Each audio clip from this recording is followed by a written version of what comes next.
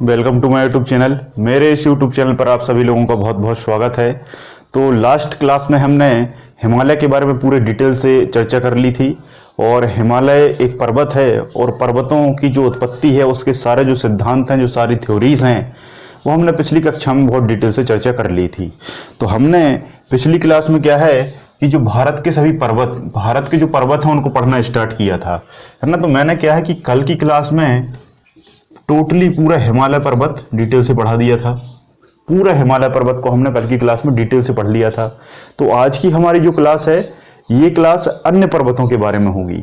अब आप कहेंगे कि सर ये ऐसा अलग अलग क्यों? तो अलग अलग इसलिए क्योंकि वीडियो काफ़ी बड़ा हो जाता और उतना टाइम भी नहीं रहता, इसलिए उसको मैनेज करने के लिए हमने ये टॉपिक को दो भागों में क्लासिफाइड किया है। हिमालय को डिटेल से पढ़ना पड़ता है, इसलिए वो टॉपिक थोड़ा सा लेंदी हो जाता है। और ये वाला जो टॉपिक रहेगा, इसमें सारे जो छोटे छोटे पर्वत हैं उनको हम पूरा एक साथ एक बार में यहाँ पर क्या कर लेंगे, कंप्लीट कर लेंगे। बात समझ में आई? तो ये वाली जो क्लास है, इस वाली क्लास में हम सारी चीजों को एक एक करके बढ़ेंगे, जिसमें सबसे इंपॉर्टेंट है इनकी चोटियां, है ना। चोटियां बताऊंगा मैं, इनकी लोकेशन बताऊंगा, है ना। आपको वनडे एग्जाम के आधार पे लोकेशन और पीक्स दो चीजों पर बात करनी है, चोटी और उनकी लोकेशन, है ना। ये दो क्वेश्चन बेसिकली अधिकांश तौर पर पूछे जाते हैं। मैं पढ़ाऊंगा डिटेल से, लेकिन इन दो चीजों पे आपको क्या है, फोकस करना है, इनको कैच करना है, इनको हाईलाइट करना है अपने नोट्स में। ये मैंने इसलिए पहले बता दिया। तो हमने हिमालय पर्वत को पूरा डिटेल से पढ़ लिया था। तो आज हम हिमालय की चर्चा नहीं करेंगे। आज हम हिमालय को छोड़कर जो बचे पर्वत हैं, है ना, जो बचे छोटे छोटे पर्वत हैं, जो छोटी छोटी श्रेणियां हैं, जो छोटे छोटे रेंज हैं, है ना, जो कुछ चोटियां हैं, उन सभी को इस वीडियो लेक्चर में पूरा एक साथ आपको बता दिया जाएगा। तो आपको क्या करना है, पहले तो डायग्राम बना लेना है वीडियो पॉज करके, और फिर आप वन बाय वन करके सारे फैक्टों को लिखते चलेंगे।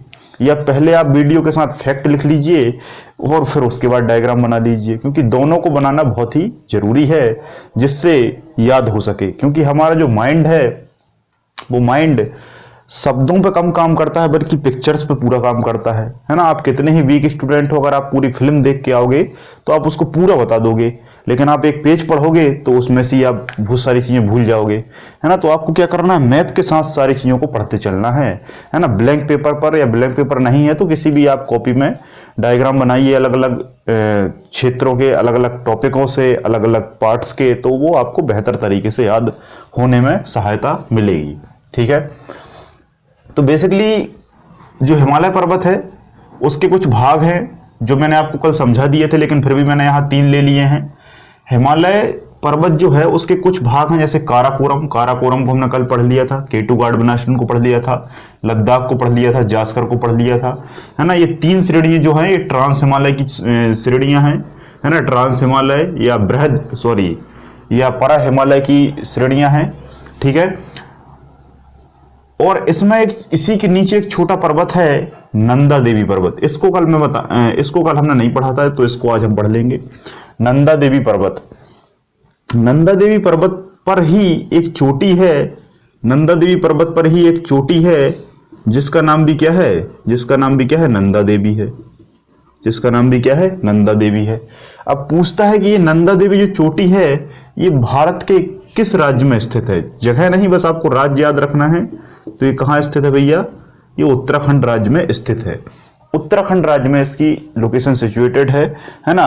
नंदा देवी के नाम से वहां राष्ट्रीय उद्यान भी है ना। जितनी भी घाटियां हैं, फूलों की घाटी भी है यहीं पर। तो वो सारी जो घाटियां हैं, फूलों की घाटी हो गया, राजा जी राष्ट्रीय उद्यान हो गया, नंदा देवी हो गया, ये सभी क्या है, नंदा देवी पर्वत पर स्थित हैं। बहुत सारे पर्वत हैं, उन्हीं पर्वतों पर बहुत सारी घाटियां भी बनी हुई हैं। ठीक है। तो वहीं पर जो पीक है, ये आपको ये दिख रही होगी, ये वाली जो पीक है, इस वाली पीक का नाम है नंदा देवी चोटी। और ये भारत की तीसरी बड़ी चोटी है। भारत की कितने नंबर की बड़ी चोटी है? तीसरी सबसे ऊंची चोटी है ना। आप कहेंगे पहली कौन सी है? तो पहली मैंने कल आपको बता दिया था, केटू गार्डबनास्टन, है ना, जो कि काराकोरम पर जम्मू कश्मीर में पड़ती है, केटू गार्डबनास्टन। ठीक है। ये मैंने आपको कल बता दिया। जैसे पाकिस्तान में चोगोरी और साहेबोरी के नाम से जाना जाता है, के का मतलब काराकोरम होता है। तो ये भारत की सबसे बड़ी है, लेकिन ये विवादित है। ये कैसी है? विवादित चोटी है। अब आप कहेंगे क्यों है विवादित? विवादित इसलिए है क्योंकि ये जो है, इसकी जो लोकेशन है वो जम्मू कश्मीर में ऐसी जगह आती है जो क्षेत्र पीओके कहलाता है। क्या कहलाता है? पीओके कहलाता है, पाक ऑक्युपाइड कश्मीर या पाक अधिकृत क्षेत्र। मतलब ये वाला क्षेत्र आज के समय में भारत में नहीं है, बल्कि इस पर कब्जा पाकिस्तान का है, लेकिन बेसिकली भारत का ही है। किसी भी प्रकार से पेपर वगैरह पर साइन करके ये पाकिस्तान ने हमसे खरीदा नहीं है या फिर लिया नहीं है। तो इसी तरीके से हम इस पर हमारा दावा करते हैं और पाकिस्तान अपना दावा करता है। ठीक है, तो इसलिए हमारी जगह होने के कारण हम इसको भारत की सबसे ऊंची चोटी मानते हैं। लेकिन अगर आपसे पूछे कि विवादित के बिना पूर्ण रूप से भारत की सबसे ऊंची चोटी, तो भारत की सबसे ऊंची चोटी है कंचनजंगा। कौन सी है भैया? कंचनजंगा। और ये कहां पड़ती है? ये पड़ती है आपकी सिक्किम राज्य में, है ना। आधा हिस्सा इसका सिक्किम में आता है, आधे से थोड़ा सा ज्यादा, और बाकी जो हिस्सा है वो नेपाल में आता है। ठीक है, बाकी जो हिस्सा है वो नेपाल में आता है। इसलिए क्या है, विवादित है। सॉरी, ये विवादित इसलिए नहीं मानी जाती क्योंकि ये जो है ये भारत में आती है और जो हिस्से है वो हिस्सा भारत का ही है। तो भारत की सबसे ऊंची चोटी, देखो विश्व की सबसे ऊंची चोटी एवरेस्ट है, उसमें कोई दो राय नहीं है। भारत की सबसे ऊंची केटू गार्डविनास्टन, दूसरी ऊंची चोटी कंचनजंगा, और तीसरी ऊंची चोटी है नंदा देवी। तीसरी ऊंची चोटी कौन सी है भैया? नंदा देवी। लेकिन इसे विवादित मान लेते हैं तो फिर ये सबसे ऊंची चोटी ऑप्शन में आपको मिल सकता है। ठीक है, तो ये सब चीजें हमने कल डिटेल से पढ़ ली थी। अब हम इसके थोड़ा सा नीचे एंटर करते हैं, है ना, और यहीं पर सबसे इंपॉर्टेंट चीजें आपको एक एक करके पढ़ना है।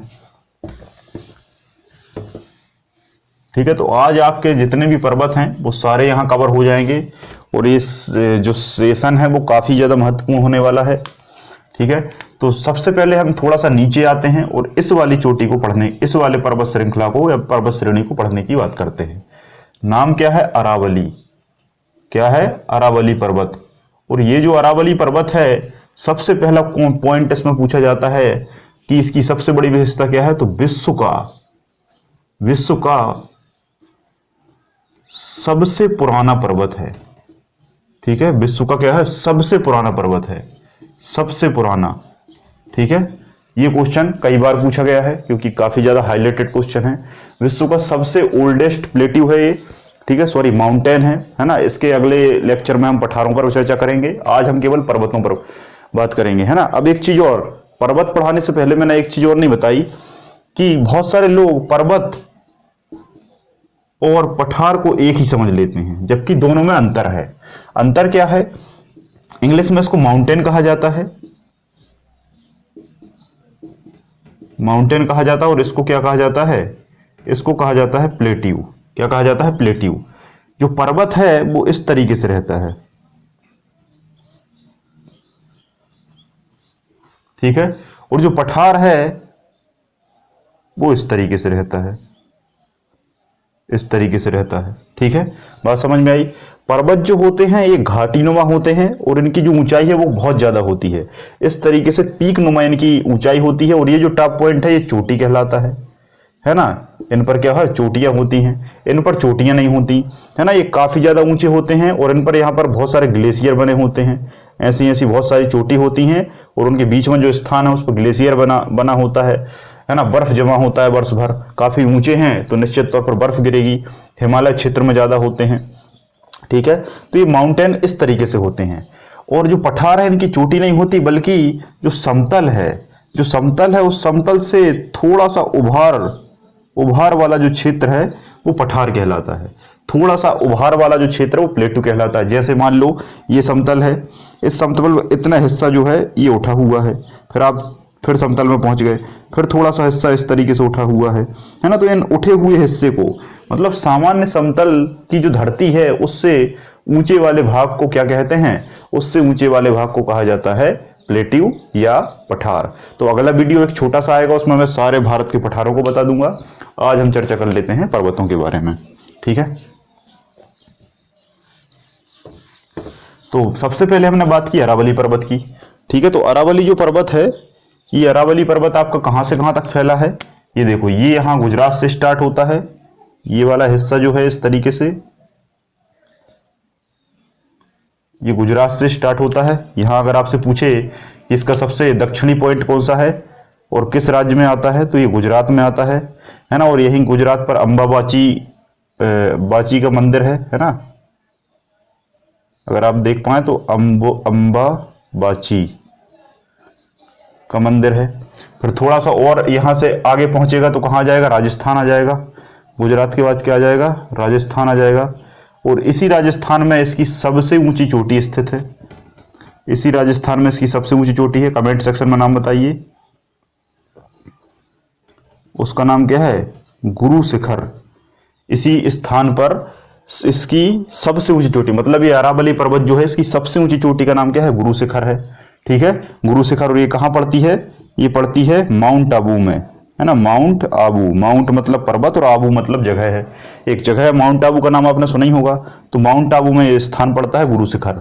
और यहीं राजस्थान में माउंट आबू के आसपास एक मंदिर है जिसका नाम है दिलवाड़ा, है ना। कई बार पूछा जाता है कि दिलवाड़ा मंदिर कहाँ है और ये किसके लिए समर्पित है? तो दिलवाड़ा मंदिर आपका राजस्थान में स्थित है। राजस्थान में भी कहाँ स्थित है? माउंट आबू में स्थित है। किस मंदिर, किस भगवान को समर्पित है? तो जैन भगवान को समर्पित है ना। और ये दिलवाड़ा मंदिर किसने बनवाया था? ये सबसे ज्यादा इंपॉर्टेंट क्वेश्चन है। तो दिलवाड़ा जो मंदिर है ये राजा बिमल शाही के द्वारा बनवाया गया था, है ना। अच्छे से हाईलाइट करके लिख लेना, ये क्वेश्चन अभी रेलवे और एसएससी में पूछा गया था, है ना। दिलवाड़ा जो मंदिर है ये राजा बिमल शाही के द्वारा बनवाया गया था। ठीक है। और इसके बाद राजस्थान के बाद यहाँ जो हिस्सा है, ये वाला हिस्सा पंजाब में नहीं आता बल्कि दिल्ली में आता है। कहाँ आता है? दिल्ली। और ये कई बार पूछा गया है कि जो अरावली पर्वत है उसका पूर्वी भाग किस नाम से जाना जाता है ना। और वो पूर्वी भाग कहाँ आता है? तो पूर्वी भाग किस जगह आता है? दिल्ली में आता है। और इसको किस नाम से जानते हैं? इसको जानते हैं आपका रायसीना हिल। किस नाम से जानते हैं? रायसीना हिल या रायसीना की पहाड़ी। ठीक है, ये क्वेश्चन बहुत अच्छे से याद रखना कि अरावली पर्वत का जो पूर्वी हिस्सा है वो कहाँ आता है? यहाँ राजधानी दिल्ली में आता है। और उस छोटे से इस वाले भाग को किस नाम से जानते हैं? इस वाले भाग को किस नाम से जानते हैं? तो रायसीना हिल के नाम से जानते हैं। और इसी रायसीना हिल पर आपका क्या बना है? इसी रायसीना हिल पर आपका बना है राष्ट्रपति भवन। क्या बना हुआ है? राष्ट्रपति भवन। ठीक है, कई बार क्वेश्चन आया कि राष्ट्रपति भवन किस पहाड़ी पर स्थित है? तो या तो ऑप्शन में अरावली रहेगा या रायसीना हिल्स रहेगा। ठीक है, राष्ट्रपति भवन, है ना। ठीक है, तो इतनी सारी जानकारी आपको अरावली पर्वत के बारे में याद रखनी है। ठीक है, अब ये काफी पुराना है तो निश्चित तौर पर ये क्या है, धीरे धीरे अब नष्ट हो रहा है। क्वेश्चन इस तरीके से भी पूछ ले सकता है कि भाई भारत का ऐसा कौन सा पठार है जो अब धीरे धीरे नष्ट हो रहा है, धीरे धीरे समाप्ति की कगार पर है ना। तो ये आपका अरावली पर्वत है। अरावली पर्वत के बाद आपका यहाँ विंध्याचल आता है। ये वाला जो रीजन है ये विंध्याचल है और ये सतपुड़ा है ना। ये तो आप बहुत अच्छे से जानते हो, विंध्याचल और सतपुड़ा। ठीक है, ये वाली रेंज मान लो आपकी क्या है, विंध्याचल है। ये विंध्याचल पर्वत है और ये आपका सतपुड़ा पर्वत है। ठीक है, विंध्याचल और सतपुड़ा पर्वत। एक बात आप जानते हैं कि विंध्याचल और सतपुड़ा के बीच में से कौन सी नदी बहती है? नर्मदा नदी बहती है। नदियों का सिस्टम मैंने पूरा पढ़ा दिया है। ठीक है, यहां हम नदियों की चर्चा नहीं करेंगे। तो ये जो नदी है ये नदी घाटी में बहती है। कई बार क्वेश्चन आता है कि किस में बहती है? घाटी में। किसकी घाटी? विंध्याचल और सतपुड़ा की घाटी। अब हम पहले विंध्याचल की बात करते हैं, है ना। तो हेडिंग डाल लो विंध्याचल। तो विंध्याचल जो पर्वत है ये विंध्याचल अवशिष्ट पर्वत के अंतर्गत आता है। किस पर्वत के? अवशिष्ट पर्वत। अवशिष्ट का मतलब ये धीरे धीरे क्या है, नष्ट हो रहा है, तो विंध्याचल पर्वत है। अब विंध्याचल पर्वत की बहुत सारी श्रेणी हैं, जैसे आपने सुना होगा कैमूर। पूछा जाता है कि कैमूर पर्वत किस श्रेणी किसका हिस्सा है? तो विंध्याचल का। भांडेर, कौन सा भैया? भांडेर, है ना। और इस तरफ वाला जो है ये पारसनाथ में जुड़ जाता है, पारसनाथ में, है ना, पारसनाथ। ठीक है, पारसनाथ को अलग से भी नाम दिया जाता है ये, है ना, लेकिन इससे जुड़ा हुआ होता है। तो यहां इस तरफ देखो विंध्याचल का एक पार्ट विंध्याचल स्वयं भी है ना इधर। तो पूरब में कौन सा है? सॉरी, पूरब में कौन?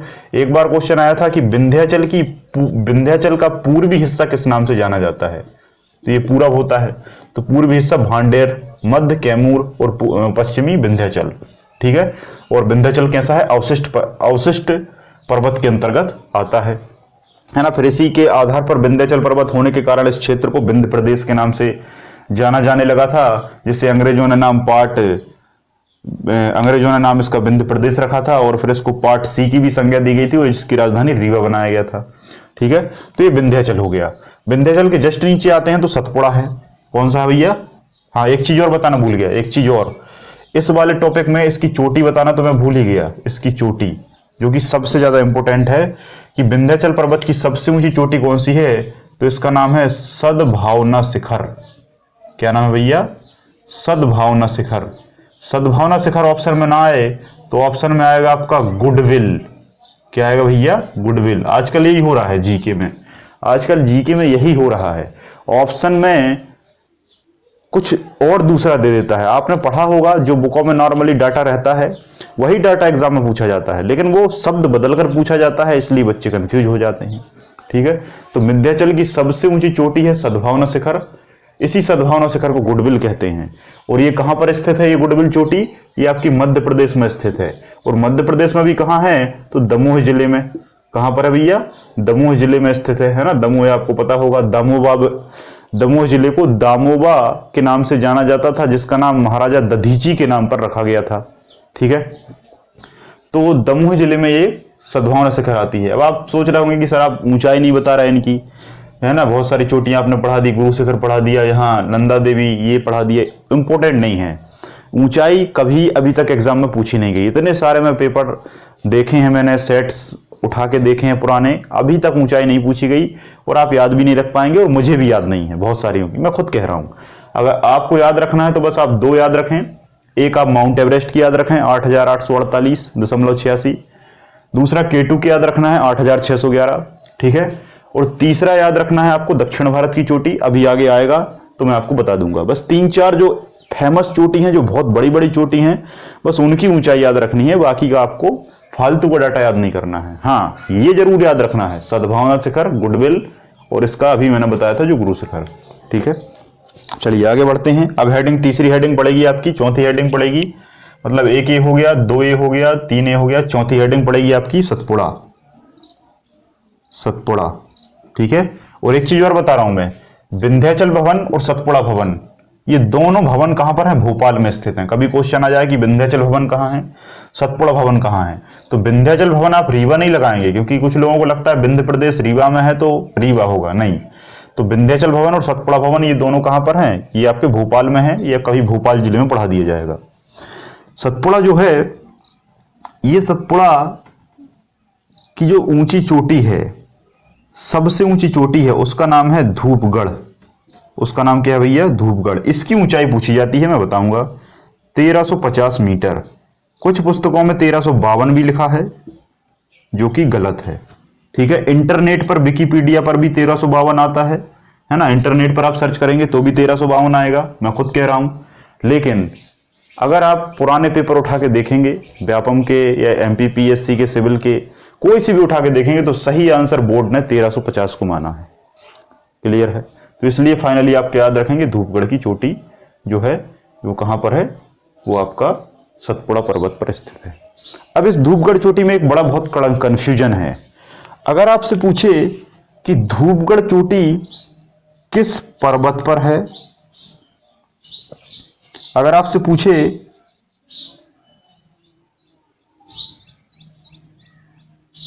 किस जिले में है,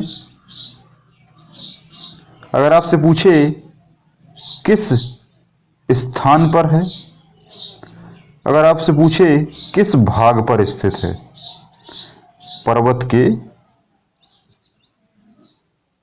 पर्वत के किस भाग पर स्थित है, तो इन चारों के आंसर अलग अलग हैं। बस ये थोड़ी सी क्या है, मध्य प्रदेश की, हाँ एक चीज और, ये मध्य प्रदेश की सबसे ऊंची चोटी है, हाईएस्ट चोटी। MPPSC 2018 में पूछा गया था कि मध्य भारत की सबसे ऊंची चोटी कौन सी है, मध्य भारत की, है ना। तो लोगों ने सोचा कि यार जो धूपगढ़ चोटी है तो मध्य प्रदेश की है, मध्य भारत ये पूरा कहलाता है, तो मध्य भारत की चोटी भी यही भाई साहब सबसे ऊंची है। क्लियर है? अब ये जो सबसे ऊंची चोटी धूपगढ़ है, ये इसकी जो लोकेशन है वो अलग अलग है। है ना, इसकी लोकेशन 4 आधार पर पूछी जाती है। अभी तक आपने केवल एक पढ़ा होगा। अगर आपसे पूछे किस पर्वत पर है, नो डाउट सतपुड़ा पर्वत पर है। अगर आपसे पूछे किस जिले में है, तो आप लगाएंगे होशंगाबाद जिले में पड़ती है। ठीक है, अगर आपसे संभाग भी पूछ ले तो संभाग भी यही आएगा, है ना। अब इसका नाम नर्मदापुरम कर दिया है। क्या कर दिया है? नर्मदापुरम कर दिया है।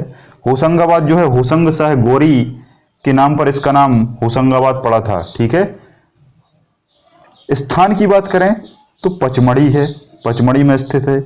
अगर आपसे भाग पूछे तो ये महादेव पर्वत पर स्थित है ना, जो कि किसका भाग है? सतपुड़ा का भाग है। क्लियर है? इतनी सारी चीजें। क्वेश्चन दो MPPSC 2017 में पूछा था कि अगर आप उठा के देख लेना, धूपगढ़ चोटी जो है वो मध्य प्रदेश के सतपुड़ा के किस भाग पर है, तो सही आंसर था महादेव पर्वत। इस पर है भैया, महादेव पर्वत पर स्थित है। ठीक है, तो ये सारे चारों लोकेशन आपको बहुत अच्छे से याद रखना है। ऊंचाई आपको 1350 याद रखना है। क्लियर है? अगर आपसे पूछे कि मध्य प्रदेश के दक्षिण में कौन सा पर्वत स्थित है, तो सतपुड़ा पर्वत स्थित है। महाराष्ट्र और मध्य प्रदेश के दक्षिणी भाग को जोड़ने वाला पर्वत कौन सा है, तो सतपुड़ा पर्वत है। सतपुड़ा पर्वत कितने भागों में बटा है, तब आप आंसर लगाएंगे 3 भागों में। कौन से 3 भागों में, तो वो मैं यहां नाम लिखता हूं। ठीक है, पश्चिमी भाग को राजपीपला कहा जाता है, मध्य भाग को महादेव कहा जाता है, और पूर्वी भाग को मैकल कहा जाता है। ठीक है, ये पश्चिमी है, ये मध्य है, और ये पूर्वी है ना। ये दिशाएं बहुत अच्छे से याद कर लेना, ये दिशाओं से पूछता है वो कि सतपुड़ा का पूर्वी भाग कौन सा है, पश्चिमी कौन सा है। और अभी MPPSC 2020 में पूछ लिया कि इसको क्रम से लगाइए। क्या लगाइए? क्रम से लगाइए। क्रम उसमें दिया हुआ था पूरब से पश्चिम या पश्चिम से पूरब, ऐसा कुछ, मुझे थोड़ा भूल रहा हूं। तो पूरब से पश्चिम दिया हो तब ऐसा लगाना है, पश्चिम से पूरब दिया हो तो ऐसा लगाना है, मध्य में पूछे तो महादेव है। क्लियर है? तो ये 3 भाग किसके हो गए? सतपुड़ा के हो गए। बस इतना पर्याप्त है। इतना अगर आप याद कर लेंगे तो सतपुड़ा से आपका क्वेश्चन जाएगा नहीं। इसके अलावा और भी बहुत डिटेल में मैं पढ़ा सकता हूं, है ना, लेकिन उसकी जरूरत नहीं है आपको, है ना, क्योंकि हमें कॉम्पिटिटिव एग्जाम में क्या नहीं पढ़ना ये ज्यादा इंपॉर्टेंट होता है। क्या पढ़ना है ये उतना इंपॉर्टेंट नहीं है, ये तो आपको पढ़ते पढ़ते धीरे धीरे याद हो ही जाएगा। लेकिन क्या नहीं पढ़ना, आजकल मैं देखता हूं बच्चे बहुत सारी चीजें ऐसी याद कर लेते हैं जिनका एग्जाम से कोई लेना देना नहीं है, है ना, और उन्हें मजा भी आता है याद करने में। आम जो चीजें होती हैं दैनिक जीवन की, जैसे हम जुड़े होते हैं दैनिक जीवन से, जो हमारे रोज उपयोग में काम आती हैं, तो उनको पढ़ने में बड़ा मजा आता है कि भाई ये कौन है, वो कौन है, ये क्या है, वो क्या है, सामान्य चीजें। तो बच्चे कहीं ना कहीं गलत डायरेक्शन में चले जाते हैं और उसका एग्जाम से कोई लेना देना नहीं होता। ठीक है, तो आपको बस एग्जाम ओरिएंटेड चीजें पढ़ना है। हाँ, एग्जाम आपका निकल जाए फिर उसके बाद मिलिएगा। एग्जाम अगर आपका निकल जाता है फिर उसके बाद मिलिएगा, और फिर अगर आप लोग कहिएगा कि सर अब आप पूरा डिटेल से पढ़ा दो, हमें जो जानकारी चाहिए जानकारी के हिसाब से पढ़ा दो, और एग्जाम के हिसाब से तो हमें पढ़ना ही नहीं है क्योंकि हम सिलेक्ट हो चुके हैं, तब फिर वहां आपको जीके के हिसाब से भी पढ़ा दिया जाएगा एक अच्छे लेवल से। ठीक है, लेकिन अभी केवल एग्जाम को हमें लॉकडाउन की पीरियड में थोड़ा सा याद रखना है।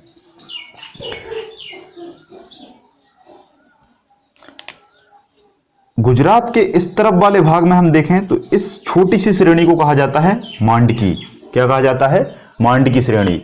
मांडकी श्रेणी इतनी छोटी है कि इसको बस आप याद रख लें कि ये कहां है, तो गुजरात में, बस इतना ही काफी है ना। इसके बारे में डिटेल से नहीं पढ़ना है। क्लियर है?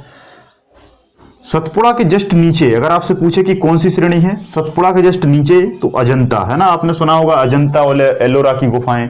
अभी अजंता और एलोरा की गुफाएं भारत सरकार ने हमारी जो करेंसी है, जो नोट है, उस पर भी छापा है। अजंता एलोरा की गुफाएं उठा के देखना, आप नोट में मिलेगी आपको। ठीक है, अलग अलग नोटों में 500 के नोट पर अलग छापा है, 2000 के नोट पर अलग छापा है, 100 के नोट पर अलग छापा है, 200 पे अलग छापा है ना। 2000 के नोट पर मंगलयान था, 100 रुपए के नोट पर रानी की बाब है, 500 के नोट पर लाल किला है, 200 के नोट पर सांची का स्तूप है ना। तो ऐसे अलग अलग नोटों पर अलग अलग छापा है। तो एक पर अजंता और एलोरा की गुफाएं हैं, थोड़ा सा देख लेना। तो अजंता जो एलोरा की गुफाएं हैं राष्ट्रकूट शासकों ने बनवाई थी, और ये जो है ये महाराष्ट्र में पड़ती हैं, अजंता की श्रेणी, है ना। अजंता के जस्ट नीचे जाओगे तो आप सतमाला पड़ेगी, सतमाला की श्रेणी, सतमाला की श्रेणी, है ना। इनमें डिटेल नहीं पढ़ना है, इनमें बस याद रखना है कि ये कहाँ है, ठीक है। इनमें बस याद रखना है कि कहाँ है। तो अजंता, सतमाला, हरिश्चंद्र, ये सारी तीनों कहाँ पर है, ये सारी तीनों जो श्रेणियां हैं ये आपकी महाराष्ट्र राज्य में स्थित हैं, ठीक है। ये हरिश्चंद्र थोड़ी सी कर्नाटक से भी लगती है, ये थोड़ी सी कर्नाटक में भी है और थोड़ी सी आपकी महाराष्ट्र में भी है ना, दोनों तरफ लगती है। लेकिन ये दोनों जो हैं अजंता, सतमाला, ये आपकी कहाँ पर हैं, ये आपकी टोटली महाराष्ट्र में है ना। फिर उसके नीचे अगर हम आ जाते हैं, है ना, तो उसके नीचे अगर हम आते हैं तो बाबा बूदान, है ना, बाबा बूदान की पहाड़ी है, बाबा बूदान की श्रेणी, पर्वत श्रेणी। तो बाबा बूदान जो है इसको बाबा बुडैन के नाम से भी जाना जाता है। चलो मैं आपको एक छोटी सी कहानी बताता हूं कि ये एक्चुअल में है क्या। ये जो बाबा बूदान है ये पड़ता है कर्नाटक में। कहां पड़ता है, कर्नाटक में। बहुत समय पहले की बात है कि यहां पर एक पहाड़ी थी, है ना, यही पहाड़ी थी, इसका कोई नाम नहीं था, बहुत समय पहले की बात है। तो इस पहाड़ी पर एक बहुत ऋषि रहा करते थे। क्या रहा करते थे, ऋषि रहा करते थे, संत रहा करते थे, तपस्या किया करते थे। तब उन्होंने देखा कि भारत में लोग चाय पीते हैं, है ना, अंग्रेज चाय लेके आए और फिर इन्होंने किसी ऐसे व्यक्ति को देखा जो चाय की जगह कुछ और पी रहा था, जो चाय की जगह क्या है, कुछ और पी रहा था, है ना। जब उसको उन्होंने जानने की कोशिश की तब उसने बताया कि ये चाय नहीं बल्कि क्या है, कॉफी है, ये क्या है, कॉफी है ना। तो इन जो ऋषि थे, जो संत थे, उनके दिमाग में आया कि क्यों ना इस कॉफी को भी क्या भारत में लाया जाए। कहाँ, भारत में लाया जाए। उस समय ये जो कॉफी है ये अरब देश में हुआ करती थी। कहाँ पर हुआ करती थी भैया, अरब देश में। अगर आपको कॉफी चाहिए है तो आपको अरब देश जाना पड़ेगा, सऊदी अरब, है ना, यूएई वगैरह, वहां क्योंकि ऐसी जलवायु है वहां पर एक कॉफी हुआ करती थी।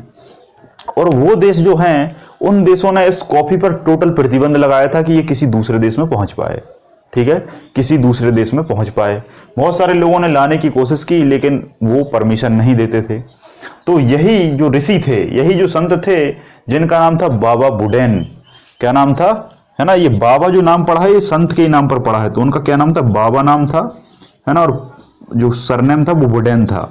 तो बाबा बुडैन कहाँ गए, अरब गए, अरब कंट्रीज गए, है ना। बाबा थे तो बाबा आपको पता है काफी सारे बड़े बड़े बाल, दाढ़ी, बहुत बड़ी दाढ़ी, तो ये सब था। तो बाबा बुडैन वहां गए, किसी भी तरीके से उन्होंने कॉफी वहां से परचेस की और कॉफी के जो सीड हैं, जो बीज हैं, वो उन्होंने लिए और उन बीजों को अपनी दाढ़ी में, ये बहुत बड़ी दाढ़ी थी, उस दाढ़ी में ऐसा अंदर रखा और चले आए, क्योंकि वहां चेकिंग वगैरह होती है। तो उनके सामान की पूरी चेकिंग की, उनकी पूरी बॉडी की चेकिंग की। अब कोई दाढ़ी में तो चेक करेगा नहीं, मशीन भी रहेगी तो सीड आइडेंटिफाई नहीं कर पाएगी। तो इस तरीके से अपनी दाढ़ी में रख के कॉफी के बीज लाए और फिर बाबा बुडैन इसी पहाड़ी पे आके फिर रहने लगे और इस पहाड़ी पे आके उन्होंने क्या कर दिया, इन बीजों को लगा दिया। इन बीजों पर लगा दिया तो इतनी कॉफी हुई कि भारत में आज सबसे ज्यादा जो कॉफी है वो कर्नाटक राज्य में ही होती है। भारत में सर्वाधिक जो कॉफी है वो कर्नाटक राज्य में ही होती है। और कर्नाटक राज्य में कहां, बाबा बूदान की पहाड़ी पर। और ये बाबा बूदान की पहाड़ी का नाम कैसे पड़ा, बाबा बुडैन के नाम पर, ठीक है। तो आई होप ये पूरी कहानी आपको समझ में आई होगी। याद रखना, कॉफी अलग है और चाय अलग है। कॉफी जो है वो कॉफी के पौधे के बीज से निकाली जाती है और जो चाय है ये चाय के पौधे से पत्ती से तैयार की जाती है। ये बहुत अंतर है ना। और चाय और कॉफी में क्या पाया जाता है भैया, कॉफी में पाया जाता है कैफीन और चाय में पाया जाता है थीन।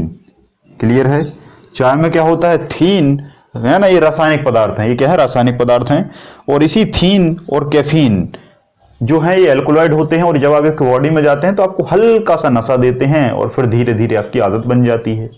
फिर अगर आप चाय और कॉफी छोड़ना चाहें तो आप छोड़ नहीं पाते, क्योंकि वो एक हल्का लाइट नशा है, ठीक है। कभी बायोलॉजी में इसको समझाया जाएगा बहुत बड़े स्तर से कि ऐसा क्यों होता है और कैसे फिर वो आपके नर्वस सिस्टम और तंत्रिका तंत्र को डिस्टर्ब करते हैं, ठीक है। तो आई होप आपको समझ में आ गया होगा कि बाबा बूदान की जो श्रेणी है वो कहाँ है, कर्नाटक में है। और ये कर्नाटक में है और इस पर क्या होती है, तो इस पर कॉफी होती है, कुछ क्षेत्रों में इलायची वगैरह भी लगती है। अब थोड़ा और नीचे आ जाते हैं, तो थोड़ा नीचे आते हैं तो यहाँ पड़ता है नीलगिरी की पहाड़ी। क्या पड़ती है भैया? नीलगिरी की पहाड़ी। अब ये जो नीलगिरी की पर्वत श्रेणी है, ये नीलगिरी जो है ये ज्वाइंट पर है। ज्वाइंट पर मतलब यहां से यहां तक फैला हुआ है क्या? पश्चिमी घाट। क्या फैला हुआ है? पश्चिमी घाट, ठीक है। और ये जो इस तरफ है, ये इस तरफ है, ये है पूर्वी घाट। क्या भैया? पूर्वी घाट। और ये पश्चिमी और पूर्वी घाट जहां मिलता है उस वाले एरिया को कहते हैं, उस वाले एरिया को कहते हैं नीलगिरी। क्या कहते हैं? नीलगिरी, है ना। ये क्वेश्चन आ सकता है, ये क्वेश्चन आ सकता है। अभी हम पश्चिमी घाट और पूर्वी घाट को थोड़ा सा देख लेंगे, है ना। चलो बता ही देता हूं लगे हाथ, ठीक है। ये मान लो आपका भारत है,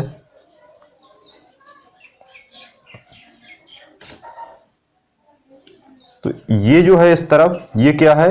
ये पश्चिमी घाट है और ये क्या है? पूर्वी घाट है, ठीक है। तो ये पश्चिमी और पूर्वी घाट जहां मिलता है ना, ये क्या कहलाता है? नीलगिरी कहलाता है। क्या कहलाता है? नीलगिरी कहलाता है, ठीक है। अब आपको बस ये याद रखना है कि पश्चिमी घाट की जो ऊंचाई है वो लगभग कितनी है। तो ये पश्चिमी घाट की जो ऊंचाई है वो है लगभग 900 से 1000 मीटर, और इसकी जो ऊंचाई है वो लगभग कितनी है?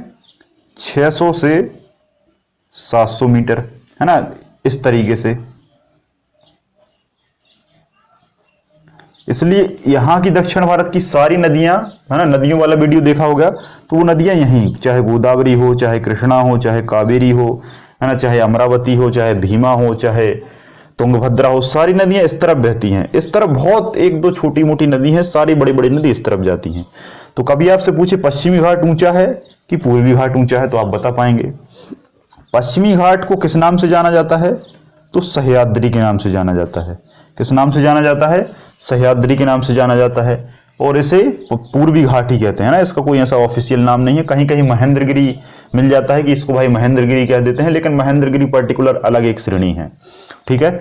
सबसे इंपॉर्टेंट चीज एक ही है कि आपको बस इसकी ऊंची चोटी और इसकी ऊंची चोटी याद रखनी है, ठीक है। तो मैं 3-4 चोटी बता देता हूं। पश्चिमी घाट की जो सबसे ऊंची चोटी है वो है अनाई मुदी, या अनाई मुड़ी भी कह सकते हो, है ना, अनाई मुड़ी, है ना। ये पश्चिमी घाट की सबसे ऊंची चोटी है। इसकी जो ऊंचाई है वो है 2695 मीटर। कितनी है? 2695 मीटर। और ये जो अनाई मुड़ी चोटी है ये दक्षिण भारत की सबसे ऊंची चोटी है।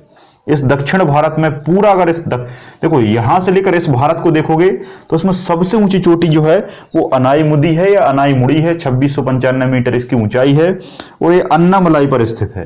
किस श्रेणी पर स्थित है? अन्नामलाई पर स्थित है। और ये भारत का सबसे ज्यादा स्वास्थ्यवर्धक क्षेत्र है। कैसा है? भारत का कभी आपसे पूछे कि सबसे ज्यादा स्वास्थ्यवर्धक क्षेत्र कौन सा है, तो अनाई मुड़ी क्षेत्र या अन्नामलाई क्षेत्र, ठीक है। इसकी ऊंचाई 2695 है जो पश्चिमी घाट पर है। अगर हम और दूसरी चोटियों की बात करें तो एक चोटी है कलसूबाई। कौन सी है? कलसूबाई। ये महाराष्ट्र में पड़ती है, ये भी इसी की ऊंची चोटी है। इसकी ऊंचाई नहीं पूछेगा, बस ये पूछेगा कि ये किसकी है, पश्चिमी की है पूर्वी की है। तो पश्चिमी घाट कहाँ है? महाराष्ट्र में। एक पूछेगा तो आप बता देना महाबलेश्वर, है ना, महाबलेश्वर जहां से आपकी कृष्णा नदी निकलती है ना। एक आपकी त्रिम्बक पहाड़ी हो जाएगी, त्रिम्बक, जहां से गोदावरी निकलती है, त्रिम्बक हो जाएगी। कलसूबाई हो गई, ठीक है। तो इतनी आप याद रखें। एक चिकमंगलूर हो जाएगी, है ना, चिकमंगलूर, वहां से आपकी तुंगभद्रा नदी निकलती है। ब्रह्मगिरी की पहाड़ी हो जाएगी, है ना, ब्रह्मगिरी, ब्रह्मगिरी की पहाड़ी, है ना, जहां से आपकी कावेरी नदी निकलती है, ठीक है। तो इस तरीके से कुछ पर्वत श्रेणियां हैं जो किसके अंतर्गत आती हैं? पश्चिमी घाट के अंतर्गत आती हैं, है ना। और ये जो है, अब हम थोड़ा सा पूर्वी घाट की बात कर लेते हैं। पूर्वी घाट की औसत ऊंचाई कितनी है? 600 से 700 मीटर, ठीक है। इसमें बस ये याद रखना कि सबसे ऊंची चोटी कौन सी है ना, सबसे ऊंची चोटी है इसकी कौन सी, अलग अलग बुकों में अलग अलग दिया रहता है। अभी तक आपको मिली होगी महेंद्रगिरी। क्या मिली होगी? महेंद्रगिरी, है ना। महेंद्रगिरी जो है इसकी ऊंचाई है 1501 मीटर, ठीक है। लेकिन अब डाटा अपडेट हो चुका है, है ना, अब अपडेट हो चुका है। महेंद्रगिरी से बड़ी चोटी है, देखो यहां देख पा रहे होंगे आप, ये महेंद्रगिरी की ऊंची चोटी है 1501, है ना, लेकिन अब इससे भी बड़ी चोटी अरमाकोंडा हो चुकी है 1680, और उससे बड़ी ऊंची चोटी हो चुकी है 1690, है ना, जिंदागढ़। तो ये सबसे ऊंची चोटी है, हाई चोटी जो है पश्चिमी घाट की, वो आपको क्या मिल पा रही है, जिंदागढ़, है ना। अभी आपको ये बुक में नहीं मिलेगा, लेकिन आप सर्च करेंगे ऑन नेट हेड पे तो आपको ये मिल जाएगा, ठीक है। तो पुस्तक में भी जो है वो अपडेट कर लेना आप, ठीक है। तो ये आपको समझ में आ गया। अब हल्का सा हम थोड़ा और नीचे बढ़ जाते हैं, तो और नीचे बढ़ेंगे तो नीलगिरी का मैंने बता दिया। अब देखो यहाँ 3 पहाड़ी हैं, नीलगिरी, अन्नामलाई और कार्डेकम। कैसे याद रखोगे, NAC से, नीलगिरी, अन्नामलाई और कार्डेमम, ठीक है। अब ये जो 3 पहाड़ी हैं, इन देखो 3 पहाड़ी मान लो ये हैं, ठीक है। ये 3, एक पहाड़ी हो गई, 2 पहाड़ी हो गई, 3 पहाड़ी हो गई, ठीक है। पहाड़ी पूरी होती है, लेकिन इस पहाड़ी पर जो ये वाला पॉइंट है, ये कहलाती है चोटी। बात समझ में आ रही है। जैसे नंदा देवी पूरा था, लेकिन उसमें जो टॉप पॉइंट है वो उसकी चोटी है। तो वैसे ही अब यहां पर ये 3 हैं, इन तीनों की ऊंची चोटी पूछा जाता है। बच्चे गलती कर देते हैं, ठीक है। नीलगिरी की पूछे तब आपको लगाना है डोडा बट्टा, ठीक है। अन्नामलाई की पूछे तब आपको लगाना है अनाई मुड़ी या अनाई मुदी। और कार्डेमम की अगर आपसे पूछे तो आपको लगाना है अगस्त मलाई। अगस्त मलाई को लोग अन्नामलाई में लगा देते हैं, क्योंकि एक सा लगता है ना, अगस्त मलाई अन्नामलाई, लेकिन गलत है। नीलगिरी की सबसे ऊंची चोटी कौन सी है, डोडाबट्टा, जिसकी ऊंचाई है 2637 मीटर। अन्नामलाई की सबसे ऊंची चोटी कौन सी है, अनाईमुडी, जिसकी ऊंचाई कितनी है, 2695 मीटर। और कार्डेमम की जो सबसे ऊंची चोटी है उसका नाम है अगस्तमलाई, इसकी ऊंचाई जरूरी नहीं है, ठीक है। बस ये 2 याद रखो। अब आपसे पूछे कि इन पर्टिकुलर की ऊंची चोटी, तो आपको ये 3 बताना है। लेकिन अब इस पूरे दक्षिण भारत की पूछे, सबसे ऊंची ये है, और दूसरी सबसे ऊंची पूछे तो ये है, नंबर 1, नंबर 2। क्लियर है, बात समझ में आ रही है, ठीक है। दिख नहीं रहा शायद आपको, है ना। चलिए थोड़ा ऊपर लिख देता हूं।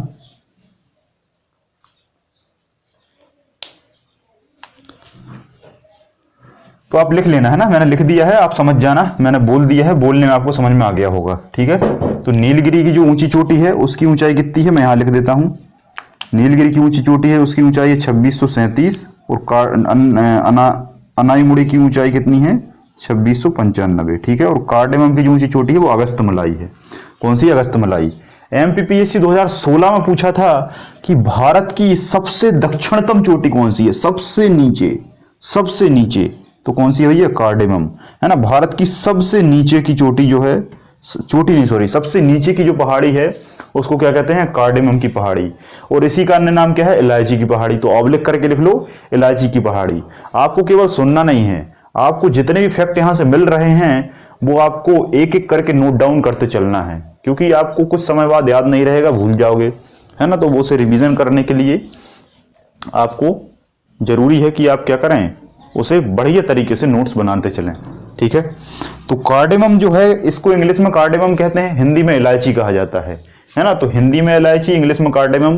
तो कार्डेमम, क्योंकि यहाँ इलायची होती है, इसलिए इस पहाड़ी का नाम रख दिया इलायची की पहाड़ी या कार्डेमम की पहाड़ी। भारत की सबसे दक्षिणतम है। अब इसमें बड़ा कंफ्यूजन होता है, भारत की दक्षिणतम कौन सी है, दक्षिण भारत की ऊंची कौन सी है, दक्षिण भारत की दूसरी ऊंची कौन सी है, भारत की ऊंची कौन सी है, पश्चिमी घाट की ऊंची कौन सी है, पूर्वी घाट की ऊंची कौन सी है, नीलगिरी की कौन सी है, अन्नामलाई की कौन सी है, कार्डेमम की कौन सी है। बड़ा कंफ्यूजन है। तो यही कंफ्यूजन दूर करने के लिए आपको बेहतरीन नोट्स बनाने हैं, अलग अलग, बिल्कुल दूर दूर, है ना, एक एक लाइन छोड़कर उनको मैप में ड्रॉ करना है और हाईलाइटेड करना है, ताकि वो आपको अच्छे से याद रहें, ठीक है। तो कार्डेमम हो गया, कार्डेमम की ऊंची चोटी है अगस्तमलाई, ठीक है। अन्नामलाई की नहीं है, अन्नामलाई की अनाईमुड़ी है, कार्डेमम की अगस्तमलाई है, और नीलगिरी की डोडाबट्टा है, ठीक है। अब हम आ जाते हैं किस पर, पश्चिमी घाट पर, है ना, सॉरी पूर्वी घाट पर। पश्चिमी हो गया हमारा, इसका जो ज्वाइंट है वो नीलगिरी कहलाता है, ज्वाइंट जो है वो नीलगिरी कहलाता है। अगर हम पूर्वी घाट की बात करें तो पूर्वी घाट शुरू होता है आपका कहां, कन्याकुमारी से। ये देखो, ये बीच में जो है ये कन्याकुमारी है, बीच में क्या है, कन्याकुमारी। कभी आपसे पूछा जाए कि विस्तार बताओ, है ना, पश्चिमी घाट का जो विस्तार है और जो पूर्वी घाट का विस्तार है वो कहां से कहां तक है, ठीक है। तो मैं आपको एक छोटा सा पॉइंट और बता देता हूं, ठीक है। ये है पूर्वी घाट, ये पूर्वी घाट शुरू होता है ताप्ती नदी से। हाँ, आपको पढ़ाया था मैंने ताप्ती नदी, तो ये ताप्ती नदी से आता है कहां तक, कन्याकुमारी तक।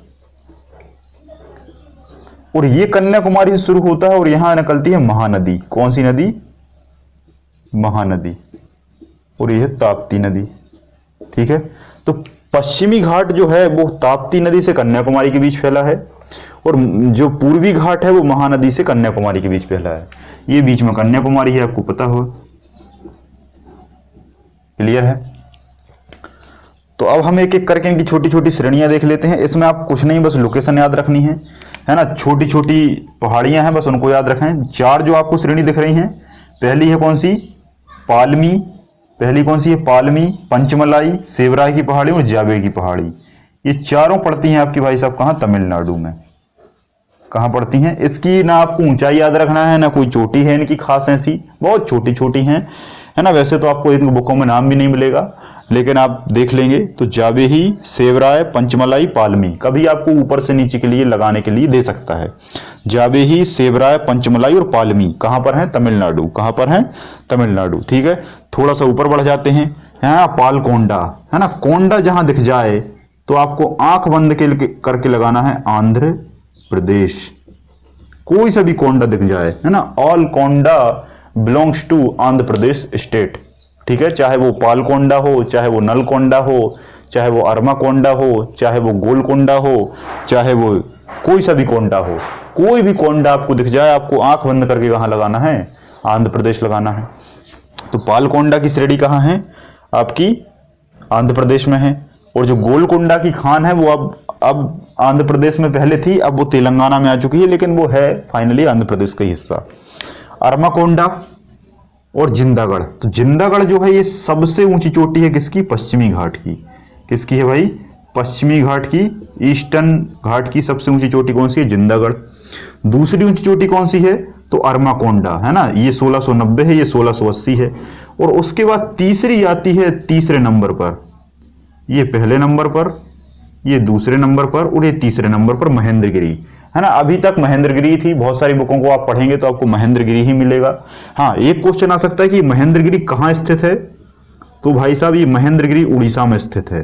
और ये जो दोनों हैं ये आपका आंध्र प्रदेश में स्थित है, ठीक है।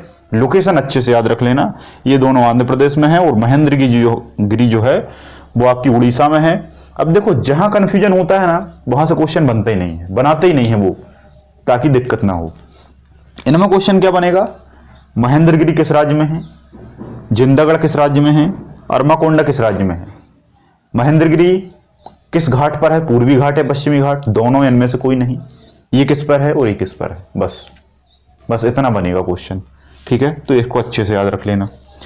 थोड़ा और आगे बढ़ जाते हैं तो यहाँ एक छोटी सी हिल्स है, गजरत की पहाड़ी, है ना। गजरत की पहाड़ी उतना इंपॉर्टेंट नहीं है। हाँ, राजमहल की पहाड़ी इंपॉर्टेंट है। ये राजमहल की पहाड़ियां कहां पर हैं, ये आपकी झारखंड में पड़ती हैं, ठीक है। यहीं पर आपका छोटा नागपुर का पठार भी है, छोटा नागपुर के पठार का ही हिस्सा है। छोटा अगला लेक्चर आएगा उसमें पठार बता दूंगा मैं, पठारों में बता दूंगा कि कौन से पठार पर कौन सा क्षेत्र आता है, ठीक है। तो जो छोटा नागपुर का पठार है उसी के क्षेत्र में राजमहल की पहाड़ियां हैं। पारसनाथ है, पारसनाथ आपको पता है छोटा नागपुर की ऊंची चोटी है ना। ये पारसनाथ की भी छोटी सी पहाड़ियां हैं, है ना, झारखंड में पड़ती हैं ये। ज्यादा इसमें आपको दिक्कत नहीं लेनी, ठीक है। अब मैं इसको थोड़ा सा मिटा देता हूं क्योंकि ज्यादा दिक्कत हो रही होगी आपको। अब हमारा बचा है केवल क्या, नॉर्थ ईस्ट। अब हमारा क्या बचा है, केवल नॉर्थ ईस्ट, ठीक है। तो जल्दी से नॉर्थ ईस्ट को और निपटा लेते हैं। तो नॉर्थ ईस्ट में आप देख पा रहे होंगे कि आपको कुछ छोटी छोटी श्रेणियां दिख रही हैं। इन श्रेणियों से आपको ना चोटी पूछेगा, ना इनका कोई अन्य डिस्क्रिप्शन पूछेगा, कुछ नहीं। बस आपको यही याद रखना है कि ये पर्वत श्रेणी किस राज्य में है, बस, है ना। इसलिए मैं जितना भी जो इंडियन जीके है वो मोस्टली राज्यों के आधार पर पढ़ाता हूँ, स्टेट वाइज पढ़ाता हूँ, ठीक है ना। अभी तक मैंने क्लास में भी स्टेट वाइज पढ़ाया है, लेकिन इस बार कुछ बच्चों ने कमेंट किया कि सर हमें टॉपिक वाइज पढ़ना है, जिसमें दोनों तरफ से हो जाएगा। ऑफलाइन में हम स्टेट वाइज पढ़ लेंगे और यहाँ हम टॉपिक वाइज पढ़ लेंगे, क्योंकि देखो बहुत सारे टीचर हैं जो टॉपिक वाइज पढ़ाते हैं, कुछ टीचर हैं जो स्टेट वाइज पढ़ाते हैं, कुछ टीचर हैं जो फैक्ट वाइज पढ़ाते हैं। हर टीचर का अपना अपना एक तरीका होता है, इसमें कहीं कोई समस्या नहीं है, सबका अपना अपना एक तरीका अलग अलग रहता है। मैं क्या करता हूं, मैं आपको दोनों तरीके से पढ़ाता हूं, ठीक है। आपको पता होगा ऑफलाइन में मैंने स्टेट वाइज पढ़ाया है, यहाँ मैं टॉपिक वाइज पढ़ा रहा हूं, और जब मैं क्लास होने के बाद जो अंतिम अपना 10-15 मिनट का समय होता है उसमें मैं फैक्ट वाइज चीजें लिखवा देता हूं, ठीक है। तो तीनों फॉर्मेट में हम चलते हैं। इन्हीं तीनों फॉर्मेट में चलने का कारण क्या है कि कुछ टॉपिक जो हैं उनको टॉपिक वाइज ही पढ़ना चाहिए। जैसे नदियों को आप स्टेट वाइज नहीं पढ़ सकते। पठार, पर्वत और आपका हिमालय हो गया, है ना। मिट्टियां की बात करें, अगला टॉपिक मिट्टी आ जाएगा, पठार आ जाएगा। तो ये 4-5 ऐसे टॉपिक हैं, इनको हमेशा टॉपिक वाइज पढ़ा जाता है। लेकिन इसके अलावा जितने टॉपिक हैं उनको सब लोग टॉपिक वाइज ही पढ़ाते हैं, जबकि मैं आपको स्टेट वाइज पढ़ाऊंगा, क्योंकि उनको स्टेट वाइज पढ़ने में ही अच्छे से याद होता है और वही क्वेश्चन आता है। क्योंकि मैंने ऑब्जर्व किया है कि मैक्सिमम जो क्वेश्चन हैं वो इंडियन जीके के आपके स्टेट वाइज से ही पूछे जाते हैं कि भाई ये वाला किस राज्य में है, इसका उत्पादन किस राज्य में होता है, ये किस राज्य में स्थित है ना, ये कहाँ का फेमस नृत्य है ना, इस राज्य के मुख्यमंत्री कौन है, इस राज्य की सबसे बड़ा राष्ट्रीय उद्यान कौन सा है, ये अभ्यारण्य कहाँ पर है, ये बायोस्फीयर रिजर्व कहाँ है ना, ये फेमस व्यक्ति किस राज्य से संबंधित हैं। तमाम तरीके की जो बातें हैं वो ले दे के राज्य तक लिंक हो जाती हैं, और जब राज्य में हम वो फैक्ट पढ़ते हैं तो उसको भी कवर कर लेते हैं। अभी कुछ बच्चों का कमेंट आया है कि सर आप स्टेट को भी उठा लीजिए। तो देखो मैं यहाँ पर क्या कर रहा हूँ कि कुछ स्टूडेंट टॉपिक कह रहे हैं, कुछ स्टूडेंट स्टेट कह रहे हैं। तो मैं क्या कर रहा हूँ कि 4-5 जो टॉपिक हैं उनको मैं टॉपिक वाइज पढ़ा देता हूँ, क्योंकि इनको स्टेट वाइज पढ़ना पॉसिबल नहीं है। नदियाँ पढ़ा दी हैं, हिमालय पढ़ लिया है, ये हो गया है, 2-3 टॉपिक और आएंगे बस, है ना। मिट्टी आ जाएगा, जलवायु आ जाएगा, क्योंकि जलवायु को आप पढ़ नहीं सकते।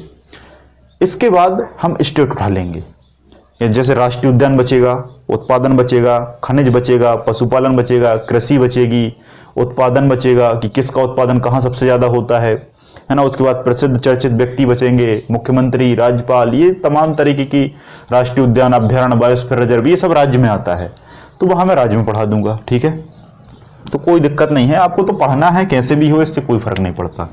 एक छोटी सी यहाँ पर्वत श्रेणी दिख रही है, इसको कहते हैं, इसको कहा जाता है ब्लू माउंटेन। क्या कहा जाता है भाई साहब? ब्लू माउंटेन, है ना। नीली ईली होगी तो इसलिए ब्लू माउंटेन दे दिया। बस एक ही चीज याद रखनी, कहाँ है, तो ये राज्य आपको लोकेशन समझ में आ रहा होगा, है ना। ये राज्य है आपका मिजोरम। कौन सा राज्य है ये? मिजोरम। तो मिजोरम राज्य में ब्लू माउंटेन आती है। ये राज्य लोग देख रहा है आपको मेघालय। कौन सा दिख रहा है? मेघालय, है ना। तो मेघालय में 3 हैं, एक का नाम है गारो, एक का नाम है खासी, एक का नाम है जयंतिया, है ना। ये गारो है, ये खासी है और ये जयंतिया है। 3 छोटी छोटी पहाड़ियां हैं। इनका नाम इनकी यहाँ की जनजातियों के नाम पर पड़ा है। यहाँ जनजाति रहती हैं गारो, खासी, जयंतिया। वो जिस पहाड़ी पर रहती हैं उनका नाम भी गारो, खासी, जयंतिया रख दिया, और वो जो भाषा बोलती हैं वो गारो, खासी, जयंतिया भाषाएं रख दी हैं, ठीक है। मेघालय जो राज्य है, ये मेघालय नाम मेघों के आधार पर पड़ा है, और सबसे ज्यादा बारिश इसी राज्य के मासेमराम, चेरापूंजी स्थान पर होती है, ठीक है। कभी कभी क्रम से लगाने को लिए पूछ देता है ना, कि गारो, खासी, जयंतिया, है ना। तो जी के जे के आधार पर आप याद रख सकते हैं, क्रम मत भूलना। आज का लास्ट है हमारा अरुणाचल प्रदेश। कौन सा है भैया? अरुणाचल प्रदेश, है ना। तो ये अरुणाचल प्रदेश में 4 छोटी छोटी आपको दिख रही हैं, है ना। ये बेसिकली हिमालय के ही भाग हैं, लेकिन हिमालय में इनको मैंने नहीं पढ़ाया था, हिमालय ही बताया था, लेकिन मैं यहाँ भी बता दे रहा हूँ ताकि इसमें भी कवर हो जाए, उसमें भी कवर हो जाए, रिवीजन हो जाएगा, जल्दी से याद हो जाएगा। सबसे पहले यहां से जब आप जाओगे, क्वेश्चन आ सकता है कि यहां से जाओगे तो अरुणाचल में पहली श्रेणी कौन सी पड़ेगी? पहली पड़ेगी आपकी डफला, है ना, D फॉर डफला। फिर पड़ेगी अबोर, फिर पड़ेगी मिसमी, बस ये 3 को याद रख लो, आपका काम हो जाएगा। और ट्रिक भी आपके सामने बनकर आ चुकी है, ट्रिक भी आपके सामने बनकर आ चुकी है। डैम क्या आ चुकी है? डैम, है ना। तो डैम आपने पढ़ा ही होगा, है ना। डैम, ये डैम, वो डैम, जो टेहरी डैम, है ना, इंदिरा सागर डैम, इंदिरा गांधी डैम, बहुत सारे डैम, सरदार सरोवर डैम। तो वैसे ही डैम ट्रिक बन गई डफला, अबोर, मिसमी। और एम फॉर एक और हो जाएगा, एम फॉर एक और हो जाएगा मिरी। क्या हो जाएगा? मिरी। तो ये 4 हैं और 2 एम से हैं और बाकी 2 ये हैं, है ना। तो ये आपको मैंने सारी जो पर्वत श्रेणियां हैं वो यहाँ पर भारत की ओवरऑल पढ़ा दी हैं। इतना अगर आपने कर लिया तो ऑलमोस्ट सारे क्वेश्चन आपके फंस जाएंगे, कोई भी क्वेश्चन आपका बाकी नहीं रहेगा। ठीक है, अगला लेक्चर आएगा उसमें मैं पठार वगैरह पढ़ा दूंगा। इसके बाद 1-2 टॉपिक बचेंगे, उसमें हम जल्दी से कवर करके फिर हम स्टेट पे आ जाएंगे, स्टेट को उठा लेंगे, है ना। स्टेट खत्म होंगे तो फिर किसी ने वर्ल्ड का भी कमेंट किया था तो वर्ल्ड को ले लेंगे, एमपीजी के ले लेंगे, है ना। धीरे धीरे सारी चीज़ें कवर होती चलेंगी। ठीक है, तो घबराना नहीं है, बस धैर्य रखना है और धीरे धीरे पढ़ते चलना है। तो आज के इस लेक्चर में आप सभी लोगों को देखने के लिए बहुत बहुत धन्यवाद। जय हिंद, जय भारत।